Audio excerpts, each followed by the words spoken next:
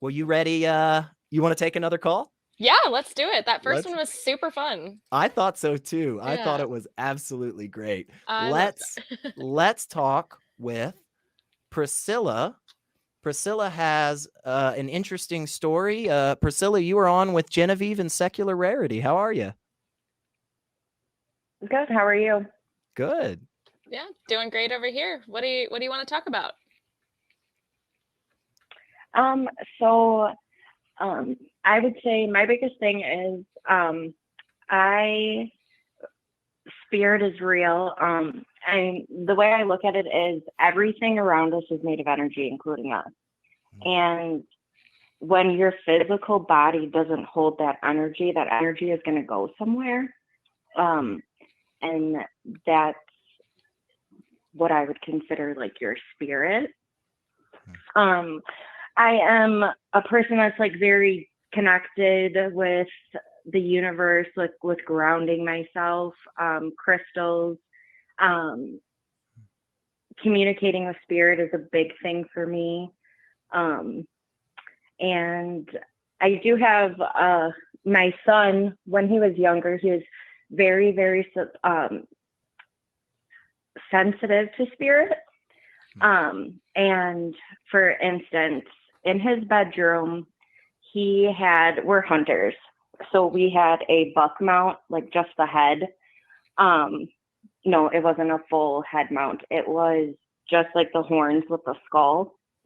And that was hung on his wall, and it was there for years. My dad's a construction worker, like he had it in the walls in a stud, like with all the little extra gadgets that help keep stuff mounted and everything. And when my son was about 3, he was always talking with somebody or people, and like I could sense something's going on. And at that time of my life, I was very closed off to spirit because I would get super scared. So I'd always keep myself closed off. So like I had a feeling, but I didn't know for sure. And he was terrified to sleep in his room. There's just something about his room. He could not sleep in there, even if I slept in there with him. And one day he was actually playing in his room. He was about 3 years old, and he came running out. He was crying, "Mommy, Mommy, there's monsters in my room, monsters in my room." And I'm like, "What are you talking about, sweetie?" And at that moment, when he ran into the kitchen to tell me that, I heard a huge bang in his room. And I ran in his room, and that buck mount, the skull, was right over where he was playing. So if he didn't run out in that instant to tell me there's monsters in his room, that would have fell right on top of him. Sure. Um, Can I jump in so for a after second here? that, that's when I went in. What was that? I just wanted to jump in for a second, Priscilla, because it sounds like there's already a lot of really, really good stuff that we could kind of talk about. And Yeah. if hopefully the audience and Genevieve will walk with me through this for a second, because I'm going to ask a question I think a lot of people have heard very recently, which is, you mentioned spirit being a real thing. You say you definitely believe in spirit, and your definition for that sounded to me like it was when your physical body can't contain the energy. And I guess my question is, does that mean that you think energy is non-physical? Not that it's non-physical, because when I think of like our soul is where our energy, like how I would consider our energy from. And when I mean like the physical body and then energy being not physical, it's like, that's like a really hard line, because I don't know how to explain it.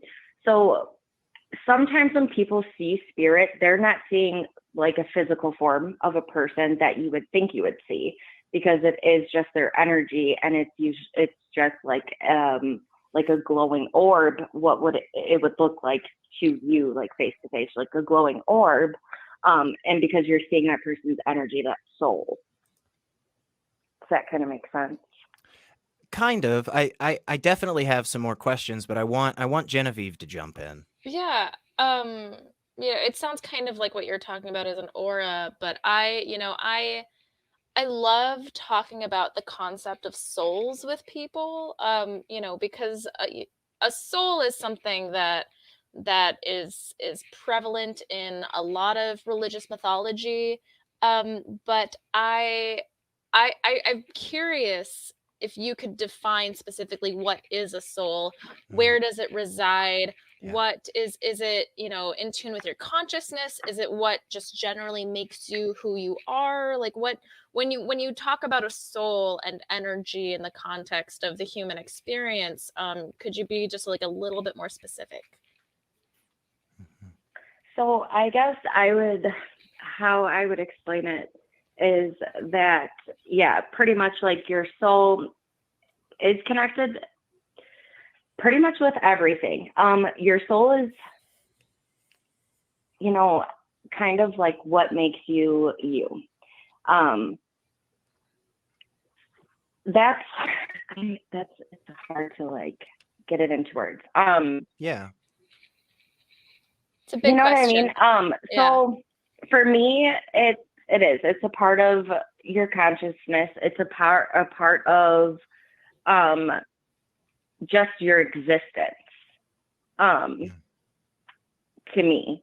And I couldn't tell you that it like resides somewhere specific, like, or anything like that. I think it just, your soul, I believe that when you're born, you have lessons to learn. Like there's a life path for you, and your soul is choosing that life path for lessons that needs to be learned. Interesting. How would you? I don't really know how else. That's okay. How would I what? So how would you determine? Because I think that thing that you just said there was really interesting. Your conception is kind of the soul being this decision maker for your life, basically. And I guess what comes to my mind right away is, how would we be able to distinguish that? How would we be able to show, like, yes, this is not, say, your physical body making these choices, but that energy, that kind of other stuff making those choices? Well, I definitely think when you're in a physical body, that like your brain will affect decisions you make. Obviously, we're human in a physical body, and so that plays a factor in it. And that's why I believe that sometimes you go through kind of like the same life path, and you can do it multiple times, because when you were in said physical body, didn't learn the certain lessons that you needed to learn, that your soul needed to learn, if that kind of makes a little bit more sense. Yeah, and sounds... as like being able to definitively know, that's hard, because I can't say, well, this right here or that right there, like nothing 100%. Yeah. Do you? And I guess it's like when you're like the person themselves would have to be like, first, you have to believe, and it takes work. It takes dedication for some people to want to sit down and really start connecting with, being able to connect with themselves, to know and to learn the difference of something that's spirit or not. Yeah, I'll ask one last question. Do you think there's a chance, not saying it's happening, but do you think there's a chance that you're going into this already kind of accepting the conclusion, already kind of saying to yourself, well, I'm gonna find a red tennis ball, and then making the answer that you get kind of fit that conclusion. Do you think there's any chance that that's happening, or 100% you hit the nail on the head? I really don't think. Yeah, no, not at all. I like, for me personally, like I remember as a child being sensitive to spirit. And then when my grandma passed away when I was like 14, I completely closed off from spirit because I was looking for a sign. So like around 14, I was looking for that red tennis ball. I went into life like every day looking for that red tennis ball. I wanted a sign from my nana, and I would not get it. I wouldn't get it. I didn't have any communication with spirit. I didn't even get like a flicker of the TV that would make you, like just a normal person think like, oh, maybe that's spirit communicating with me. I would get nothing because I was going in looking for a red tennis ball. And I actually set up an appointment with a medium, and that was when I was about 19, so about 10 years ago. Oh, I'm totally lying to you. It was about 6 years ago that I went to see a medium. And that's when my perspective and my consciousness of spirits started to change. It took me about, I would say for the last like year and a half, 2 years, I really started opening up and not going in looking for a red tennis ball. Going in with a complete open mind, connecting with the universe, grounding myself, meditating, and really started to open up to spirit again. And it makes a world of a difference not going in looking for a red tennis ball. Sure, I agree. Genevieve, what are you thinking?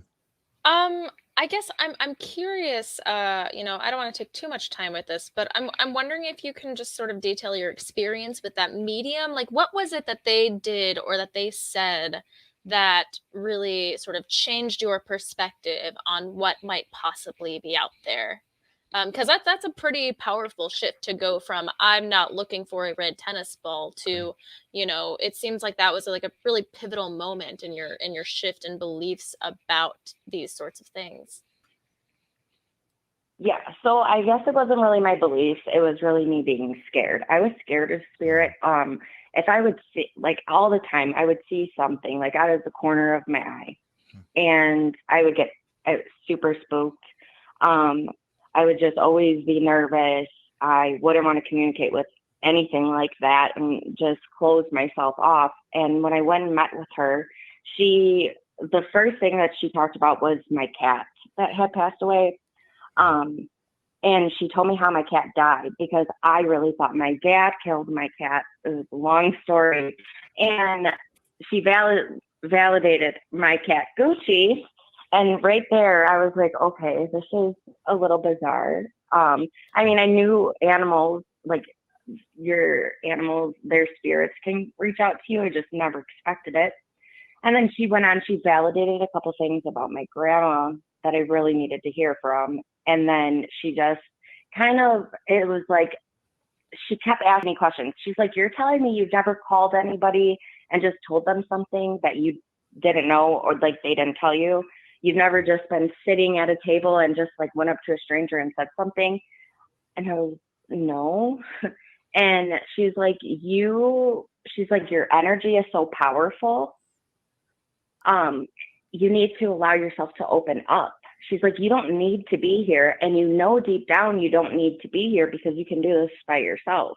And that's how she explained it to me, is I was so closed off. I went in so zoned in trying to find that red tennis ball that I was just shut down. So she sat there with me. She gave me some techniques. And then that's when couple of years after that, because I was still kind of nervous, I started to open up. That's when I started to, because I did, like she was right. When she said deep down, you don't have to be here. I knew that. And she was validating everything I have felt. And that really made me realize that I just need to open up, and I just need to start connecting with the universe and opening up my mind and soul to spirit again.